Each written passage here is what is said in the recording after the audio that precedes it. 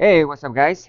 This is another video for the AP exam, and for this video we are going to look at a few response questions, and it is about a residual plots. So let's go ahead and look at the question.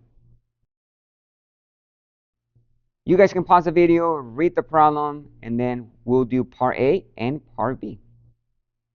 So looking at the residual plots, the information says that we have the residuals versus home size in square feet, and we have a residuals versus a lot size square feet. So these are residual plots for the samples that we got. Part A says which of the regression line indicates a better linear fit, and we want to explain. So when you guys are looking at a residual plot, we want to find out which one of these two residual plots actually tells us that we can use an LSRL, a least square regression line. So one of the things that we are looking for in a residual plot to use a linear regression line or LSRL is the residual plot doesn't show any patterns. So looking at the first one on the left side, so this residual plot here, I noticed that the points around the horizontal line, you guys have the horizontal line at 0, that means that the residuals is 0. The points are scattered around and they do not show any patterns. Versus the other graph, so you guys look at the second graph, this one here, same thing, you guys have the horizontal line at 0, and the points, these points are doing, or they're showing a pattern. Is from the negative side, it goes to the positive side, and it goes to the negative side. And I'm going negative because the values under the 0 horizontal line are negatives, and above the 0 line horizontal line is positives. So we do have a pattern, kind of like a curve. You guys can say like a U shape upside down. So this is considered a pattern. So this residual plot is telling us that a line is not the best model to use to make predictions. So this scatter plot, sorry, this residual plot doesn't have any patterns. So we can say that this one is the data from this residual plot is we can use a regression line to make predictions. So part A, it says which of regression line indicates a better linear regression line or a linear fit. Well, we're looking at this one here is a very good fit for a linear regression, and you guys can find the LSRL.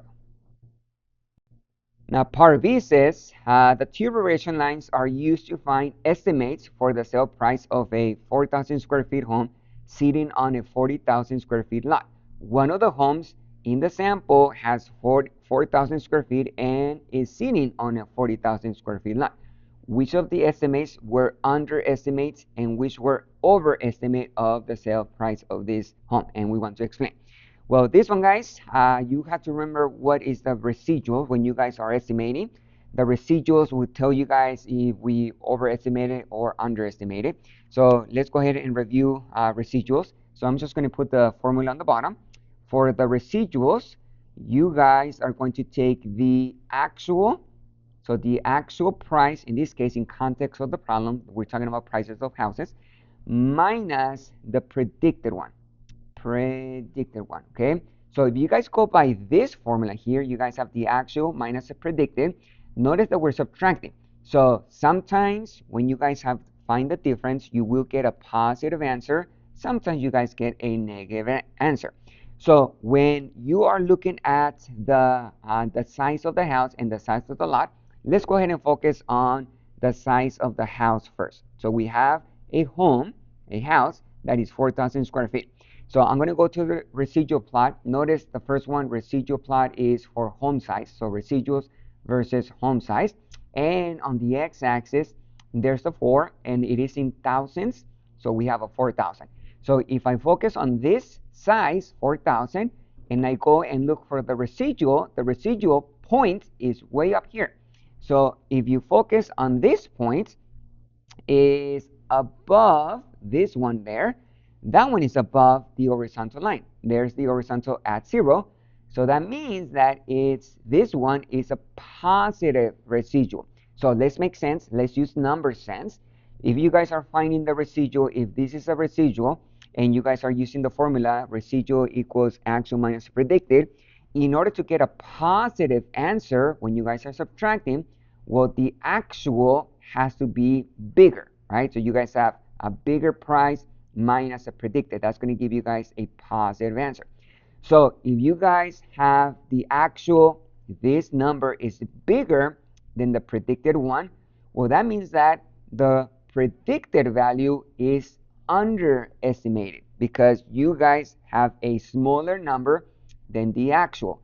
So the question is, which of the estimates were underestimated and which were overestimated? Well, this one for the home size was underestimated because the predicted has to be smaller than the actual to get a positive answer.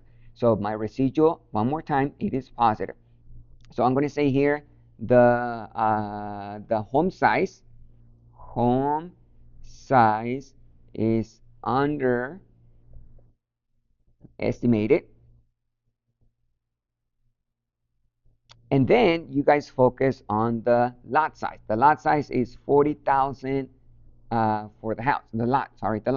So now we go to the residual plot for the lot size right here. And doing the same thing for the lot size, you guys have residuals versus lots. The 40,000 square feet, well, we have the 40,000 here. And when you guys look at for the residuals, well, I'm looking at this point right there. So that's also the residual when you guys have the lots of a size of 40,000. So same idea, same thing. You guys make sense of the residual formula. So the residual formula is actual minus predicted. In order to get a positive residual, so notice the point is above the horizontal line. That's a positive residual. That means the actual price has to be bigger than the predicted one. So actual has to be bigger than predicted to get it a positive answer. So when you guys think about this residual, well, the predicted, which is you estimate, right? That's the predicted. That's also underestimated. So the lot size is also underestimated when you guys make a prediction. So I'm going to write down here, lot size is underestimated. And that is because when you guys find the residual, you guys get a positive answer. So positive residual means underestimated. If it's a negative residual, well, that means that predicted is bigger than the actual. So that means you overestimated. And predicted, that's what it is. When you guys make a prediction, you're estimating, in context of this problem, you're estimating the price of the house. So when you're trying to sell the house, how much are you going to sell the house for? Well, you can make a prediction. That's going to be your estimate. So if the predicted is bigger than the actual, that means you overestimated your prediction, the price. And if the predicted is positive, that means it's smaller than the actual. You underestimated the price of the house or the lot. So this question is about residual plot, how to read the residuals, which one is the best, which one can you use for the regression line.